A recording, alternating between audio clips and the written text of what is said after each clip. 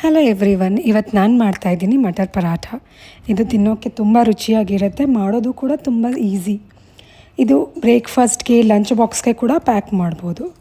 So ಬನ್ನಿ ಇದನ್ನು ಹೇಗೆ ಮಾಡೋದು ಅಂತ ನೋಡೋಣ.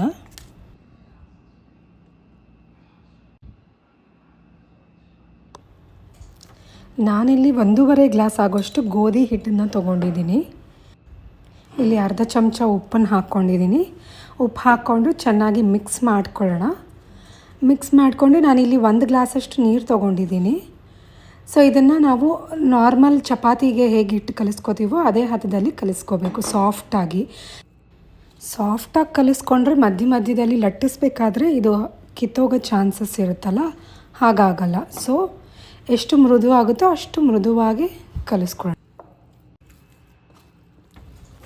ನೋಡಿ, ಇವಾಗ ಹಸಿಟ್ಟು ರೆಡಿ ಆಗಿದೆ. ಇದೇ ಥರ ಸಾಫ್ಟಾಗಿ ಕಲಿಸ್ಕೊಂಡು ಇಟ್ಕೊಳ್ಳೋಣ. ಇವಾಗ ಇದಕ್ಕೆ ಒಂದು ಒದ್ದೆ ಬಟ್ಟೆನಲ್ಲಿ ಮುಚ್ಚಿ ಪಕ್ಕಕ್ಕಿಡೋಣ. ಅಲ್ಲಿವರೆಗೂ ಹಸಿಟ್ಟು ಕೂಡ ನೆನೆಯುತ್ತೆ. ಇವಾಗ ಒಂದು ಪ್ಯಾನ್ನಲ್ಲಿ ನಾನು 2 ಟೇಬಲ್ ಸ್ಪೂನಷ್ಟು ಎಣ್ಣೆ ಹಾಕ್ಕೊಂಡಿದ್ದೀನಿ. ಅದಕ್ಕೆ ತುಂಬ ಸಣ್ಣಗೆ ಕಟ್ ಮಾಡಿರೋ ಒಂದು ಮೀಡಿಯಮ್ ಸೈಜಷ್ಟು ಈರುಳ್ಳಿನ ಹಾಕ್ಕೊಂಡಿದ್ದೀನಿ. ಇದನ್ನು ಚೆನ್ನಾಗಿ ಫ್ರೈ ಮಾಡ್ಕೊಳ್ಳೋಣ 2ರಿಂದ 3 ನಿಮಿಷದವರೆಗೂ. ಆಮೇಲೆ ಇದಕ್ಕೆ ನಾವು ಸಣ್ಣಗೆ ಕಟ್ ಮಾಡಿರೋ 2 ಹಸಿಮೆಣಸಿನ್ಕಾಯಿನ ಸೇರಿಸ್ಕೊಳ್ಳೋಣ. ಖಾರನ ನಿಮ್ಮ ರುಚಿಗೆ ತಕ್ಕಷ್ಟು ಸೇರಿಸ್ಕೋಬೋದು. ಇದನ್ನೆಲ್ಲ ಮೀಡಿಯಮ್ ಫ್ಲೇಮ್ನಲ್ಲೇ ಇಟ್ಟು ಹುರ್ಕೊಳ್ಳೋಣ. ಇವಾಗ ಇದಕ್ಕೆ 1/4 ಟೀ ಸ್ಪೂನ್ಗಿಂತ ಸ್ವಲ್ಪ ಜಾಸ್ತಿ ಜಿಂಜರ್ ಗಾರ್ಲಿಕ್ ಪೇಸ್ಟನ್ನು ಸೇರಿಸ್ಕೊಳ್ಳೋಣ.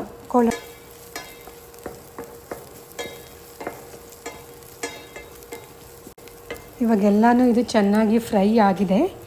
ಇದಕ್ಕೆ ನಾನಿಲ್ಲಿ 400 ಗ್ರಾಮಷ್ಟು ಹಸೆ ಬಟಾಣಿನ ತೊಗೊಂಡಿದ್ದೀನಿ.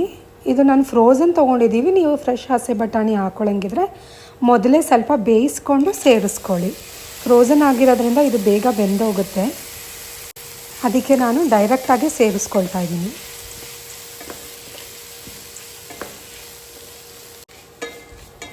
ಇದನ್ನು ಮೀಡಿಯಮ್ ಫ್ಲೇಮ್ನಲ್ಲೇ ಇಟ್ಕೊಂಡು ಚೆನ್ನಾಗಿ ಫ್ರೈ ಮಾಡ್ಕೊಳ್ಳೋಣ. ಇವಾಗ ಇದಕ್ಕೆ ರುಚಿಗೆ ತಕ್ಕಷ್ಟು ಉಪ್ಪನ್ನು ಸೇರಿಸ್ಕೊಳ್ಳೋಣ. ಮತ್ತು ನಾನಿಲ್ಲಿ ಅರ್ಧ ಟೀ ಸ್ಪೂನಷ್ಟು ಜೀರಿಗೆ ಪುಡಿನ ಸೇರಿಸ್ಕೊತಾ ಇದ್ದೀನಿ.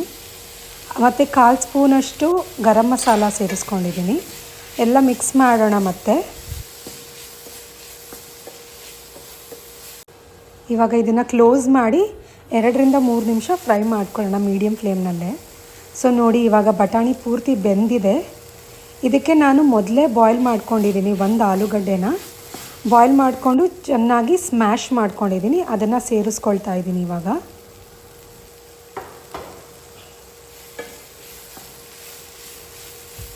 ಇವಾಗ ಇದನ್ನು ಚೆನ್ನಾಗಿ ಮಿಕ್ಸ್ ಮಾಡ್ಕೊಳ್ಳೋಣ. ಮಿಕ್ಸ್ ಮಾಡಿಕೊಂಡು ಈ ಥರ ಸೌಟ್ನಲ್ಲೇ ಚೆನ್ನಾಗಿ ಮ್ಯಾಶ್ ಮಾಡ್ಕೊಳ್ಳೋಣ. ನಿಮ್ಮ ಹತ್ರ ಪೊಟ್ಯಾಟೊ ಮ್ಯಾಶರ್ ಇದ್ದರೆ ಪೊಟ್ಯಾಟೊ ಮ್ಯಾಶರಲ್ಲಿ ಮಾಡ್ಕೋಬೋದು.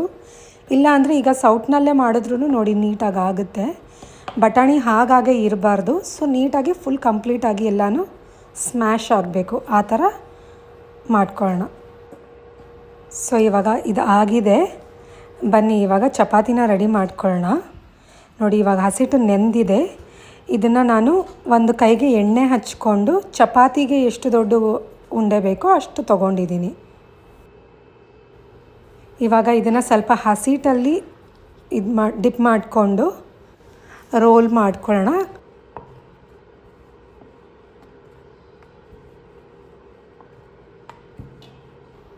ಈ ರೀತಿ ಲಟ್ಟಿಸ್ಕೊಂಡು ಇದಕ್ಕೆ ನಾವು ಮಾಡ್ಕೊಂಡಿರೋ ಸ್ಟಫಿಂಗ್ ಏನಿದೆ ಅದನ್ನು ತುಂಬಿಕೊಂಡು ಇದೇ ಥರ ಫೋಲ್ಡ್ ಮಾಡಿಕೊಂಡು ಲಟ್ಟಿಸ್ಕೊಳ್ಳೋಣ. ನೀವು ರೌಂಡಾಗಿ ಕೂಡ ಬೇಕಂದರೆ ಮಾಡ್ಕೋಬೋದು. ಯೂಶ್ವಲಿ ಒಬ್ಬಟ್ಟಿಗೆ ಹೇಗೆ ನಾವು ರೌಂಡಾಗಿ ಮಾಡ್ಕೋತೀವೋ ಅದೇ ಥರ ಕೂಡ ಮಾಡ್ಕೋಬೋದು. ಬಟ್ ನಾನಿಲ್ಲಿ ಸ್ಕ್ವೇರಾಗಿ ಮಾಡ್ಕೋತಾ ಇದ್ದೀನಿ. ಇದನ್ನು ಆದಷ್ಟು ತೆಳ್ಳಗೆ ಲಟ್ಟಿಸ್ಕೊಳ್ಳೋಣ.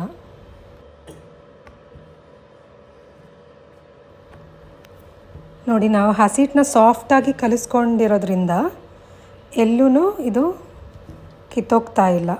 ಸೊ ಸಾಫ್ಟಾಗಿ ಕಲಿಸ್ಕೊಳ್ಳೋದು ಹಸಿಟ್ಟು ತುಂಬಾ ಇಂಪಾರ್ಟೆಂಟ್ ಆಗಿರುತ್ತೆ.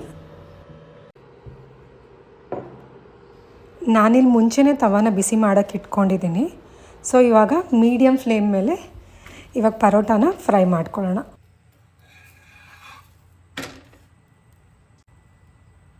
ಇವಾಗ ಇದನ್ನು 2 ಕಡೆನೂ ಚೆನ್ನಾಗಿ ಫ್ರೈ ಮಾಡ್ಕೊಳ್ಳೋಣ. 1-2 ನಿಮಿಷ ಮೀಡಿಯಮ್ ಫ್ಲೇಮ್ನಲ್ಲೇ. ನಾನಿಲ್ಲಿ ಘೀನ ಯೂಸ್ ಮಾಡಿದ್ದೀನಿ, ನೀವು ಬಟರ್ ಕೂಡ ಯೂಸ್ ಮಾಡ್ಬೋದು, ತುಂಬಾ ಚೆನ್ನಾಗಿರುತ್ತೆ. ನೋಡಿ ಇವಾಗ ಪರಾಠ ರೆಡಿಯಾಗಿದೆ. ಇದನ್ನು ಪುದೀನ ಚಟ್ನಿ ಅಥವಾ ಮೊಸರು ಜೊತೆ ಸರ್ವ್ ಮಾಡಿದ್ರೆ ತುಂಬಾ ರುಚಿಯಾಗಿರುತ್ತೆ.